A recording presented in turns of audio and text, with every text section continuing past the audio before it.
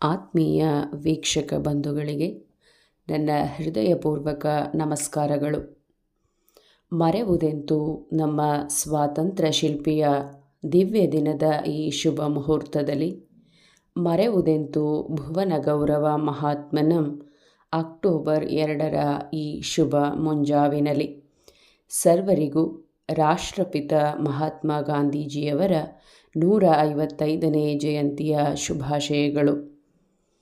ನಮ್ಮ ಭಾರತ ದೇಶವನ್ನು 100 ವರ್ಷಗಳ ಕಾಲ ಪರಕೀಯರು ಆಳಿ ಅಳಿದರೆಂಬುದು ನಮ್ಮೆಲ್ಲರಿಗೂ ತಿಳಿದ ಸಂಗತಿ. ಬ್ರಿಟಿಷರ ಕಬಂದ ಬಾಹುವಿನಿಂದ ಮುಕ್ತಿ ಪಡೆಯುವ ಸಲುವಾಗಿ ನಮ್ಮ ದೇಶದಾದ್ಯಂತ ಅನೇಕ ರೀತಿಯ ರೋಚಕ ಹೋರಾಟಗಳು ನಡೆದವು. ಕೆಲವರು ಶಸ್ತ್ರಾಸ್ತ್ರಗಳನ್ನು ಬಳಸಿ ಹೋರಾಟ ನಡೆಸಿದರೆ, ಮತ್ತೆ ಹಲವರು ಶಾಂತಿಯನ್ನೇ ಅಸ್ತ್ರವನ್ನಾಗಿ ಬಳಸಿ ಹೋರಾಟ ನಡೆಸಿ ಸಫಲತೆಯನ್ನು ಕಂಡರು.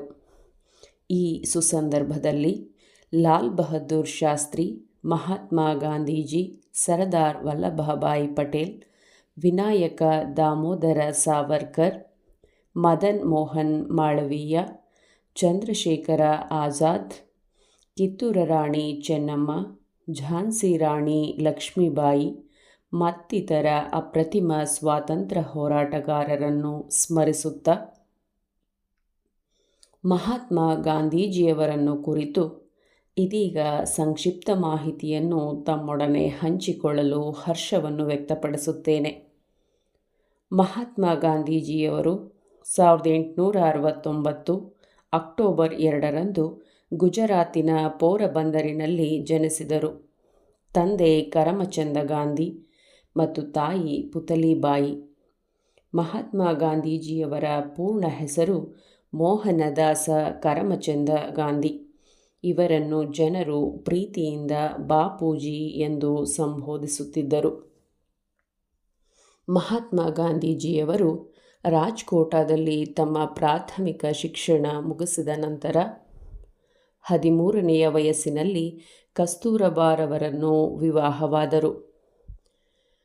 ತಮ್ಮ 19ನೆಯ ವಯಸ್ಸಿನಲ್ಲಿ ಲಂಡನ್ ಯೂನಿವರ್ಸಿಟಿಯಲ್ಲಿ ಕಾನೂನು ಪದವಿ ಪಡೆದರು.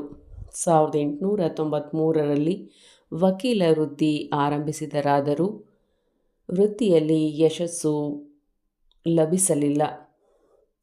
ದಕ್ಷಿಣ ಆಫ್ರಿಕಾಕ್ಕೆ ಕೆಲಸದ ಮೇಲೆ ತೆರಳುವ ಸಂದರ್ಭದಲ್ಲಿ ಗಾಂಧೀಜಿಯವರನ್ನು ಕರಿಯರು ಎನ್ನುವ ಕಾರಣಕ್ಕೆ ರೈಲಿನಿಂದ ಹೊರಹಾಕಲಾಯಿತು.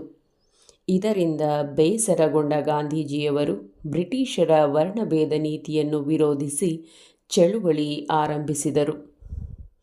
ಚಳುವಳಿಯು ಅತ್ಯಂತ ಯಶಸ್ವಿಯಾಗಿ ಪೂರ್ಣಗೊಂಡಿತು. ನಂತರ ಭಾರತಕ್ಕೆ ಬಂದ ಗಾಂಧೀಜಿಯವರು ಬ್ರಿಟಿಷರ ಹಿಡಿತದಲ್ಲಿದ್ದ ಭಾರತೀಯರ ಸ್ಥಿತಿಯನ್ನು ನೋಡಿ ಮರುಗಿ ವಕೀಲ ವೃತ್ತಿಯನ್ನು ತ್ಯಜಿಸಿ ಭಾರತಕ್ಕೆ ಸ್ವಾತಂತ್ರ್ಯ ತಂದುಕೊಡುವ ಸಲುವಾಗಿ ತಮ್ಮ ಜೀವನವನ್ನೇ ಮುಡುಪಿಟ್ಟರು.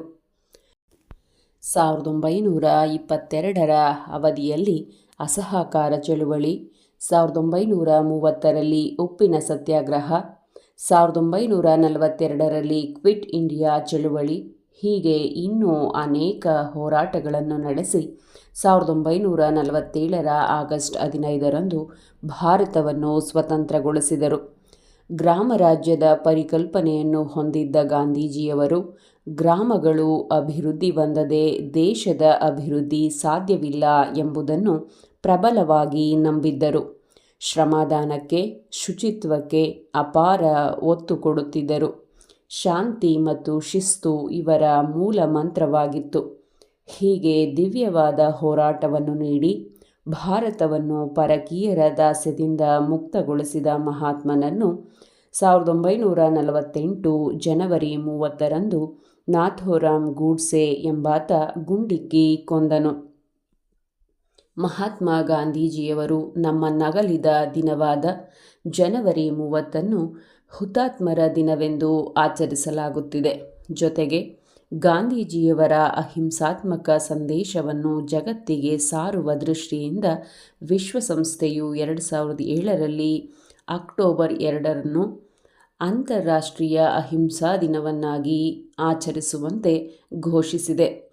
ಇಷ್ಟೆಲ್ಲ ಸಾಧನೆಗೈದ ಅಪ್ರತಿಮ ಸ್ವಾತಂತ್ರ್ಯ ಹೋರಾಟಗಾರ, ಪ್ರಾಮಾಣಿಕ, ಸತ್ಯಾಗ್ರಹಿ, ಸಮಾಜ ಸೇವಕ, ರಾಷ್ಟ್ರಪಿತ, ಉತ್ತಮ ಬರಹಗಾರ, ಪರಮ ಪೂಜ್ಯ ಮಹಾತ್ಮ ಗಾಂಧೀಜಿಯವರಿಗೆ ನಮ್ಮೆಲ್ಲರ ಗೌರವಪೂರ್ವಕ ನಮನಗಳನ್ನು ಸಲ್ಲಿಸೋಣ. ಧನ್ಯವಾದಗಳು.